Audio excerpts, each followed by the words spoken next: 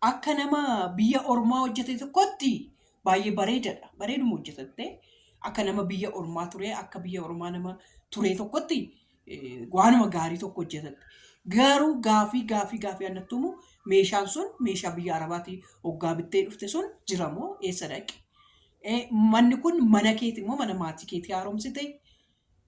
Lafa meeqan bittee irratti akkasitti ijaarte? Akkamiin ammoo meeshonni yeroo san hojjechiiftee baay'ee birri baay'ee itti dhangalaaftee gashte sun eessa jira? Baay'ee bareeda manni koo riimootiidhaan banama, riimootiidhaan saaqama, riimootiidhaan akkas ta'a, meeshonni akkasidha jettee nutti haasa'aa turte sun eessa jiru? Iddoo kam jiru? Nutti agarsiisi. Anaafis gaafii maatii biraatiifis gaafii. Kanan siniin jedhaa jiraan immoo fayyoodhaan walitti araaraman jennaan koongoodhaan maraattee deemaa jirti. Kanas ilaaltu. Innaa kanas siniin jedhaan gaafii kun adeemsi yaa sittiinaa yuutuubii gaafiidhaan gaafii natti uumee sittiinaa jedhaati sittiinaa sirraaj gaafa jettan sinii dhufti wayin sheerii koorraa wayin immoo asitti isa buluu wayin immoo samaawiidhaan meeshin sinii godhu isa samaayii san gaafa akkas gadi gootan gaafa isa barreeffama samaawii akkasitti gadi tuqxan sin geessa waan ta'eef isa barreeffama samaawiidhaan jiru wayin immoo buluudhaan jiru gadi qabaatii dhaqaatii ilaalaa. Gaafii natti ta'e sinittis gaafii ta'uu danda'a waan ta'eef ani soobduu miti dhaqaatii keessa seenaatii ilaalaa daawwadhaan siniin jedhaa. Kana ka daawwattoota koo. Oromoon Oromoo baasee qajeeshee lafa horaatti hayyoo koo yaayuulee aannan naaqichi qabeettiin jedhe sun eenyu seetanii Tsaggaayee Daandanaa har'a maaliif keessa korofte gurbaa Tsaggaayee Daandanaa akkam jirtu fayyaa keessanii nagaa keessanii akkam jirtu natti bareedira baay'een bareeda. Ababaadhuma fakkaadhamti jirtu ababaadhuma lala keelloo shiibbannu irratti dhodhootu birraatti fulbaana irratti dhodhootu sana fakkaadhamti nan bareeda miti hin bareedanaan jedha warri fokkiftattanis fokkistuu jedha warri hin bareedattanis bareedduu jedha siniin jedha har'a lakkoofsa tokko mucattii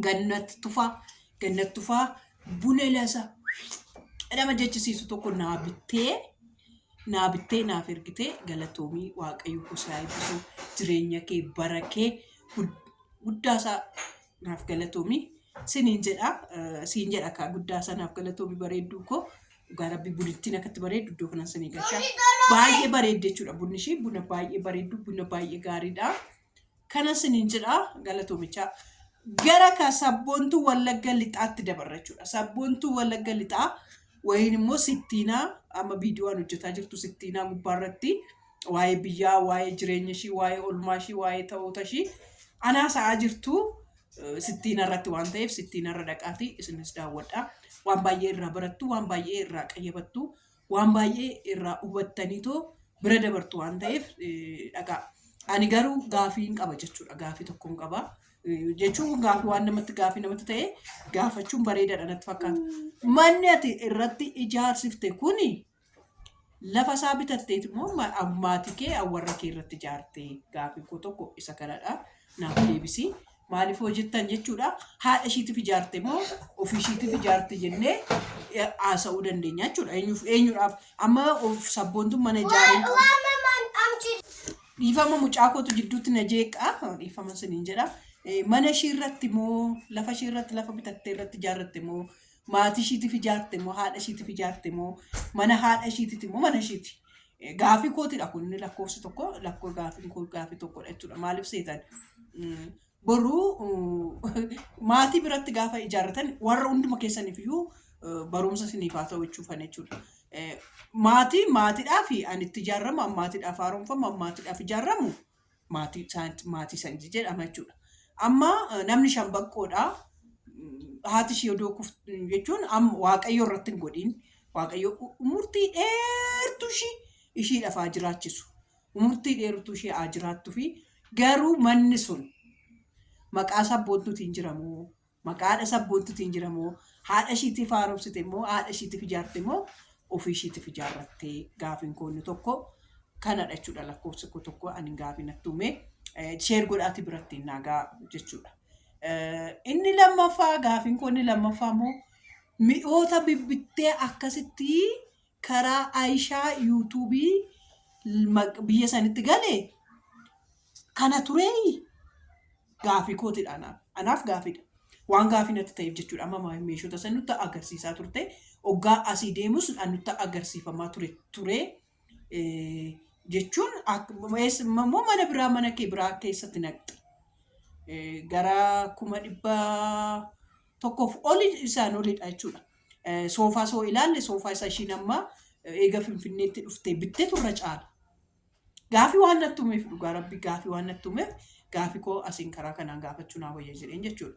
Maaliif ijoollee biraatiifis fakkeenya ta'a, ijoollee biraatiifis barumsa ta'a. Maaliif yitambiin fa'aa hoggaa bitanii hoggaa geessan meeshota nu arginu meeshuma sanidha jechuudha jechuun meeshotuma agarganu sanidha jechuudha. Moo maayini gaafii natti hime. Fayyoollee akkana baatee arrabsaa turte manni koo mana arabaa caalaa. Mana arabaa caalaa waan hundumtuu riimootiidhaan banamaa maal riimootiidhaan riimootiidhaan bitamuu maal jettee fayyoo irratti iyyuu dutaa turte dheekkamaa turte irratti dutaa turte.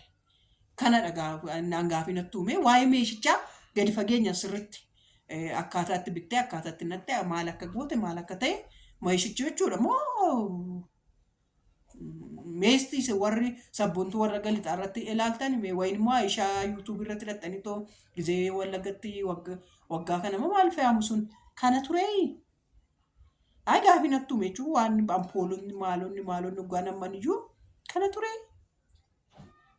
Akkana turee kana fakkaataa turee. Dhugaa gaafii natti hime. Isuma dhugaa koo gaafii natti hime anaan jechuudha. Ani kanarraa maal akkan baradhe beektu ijoollee nama fakkeenya faana bira dhuftanii ilaaltan baay'inaan shamarran biyya arabaa jirtanidha waan ta'eef jechuudha.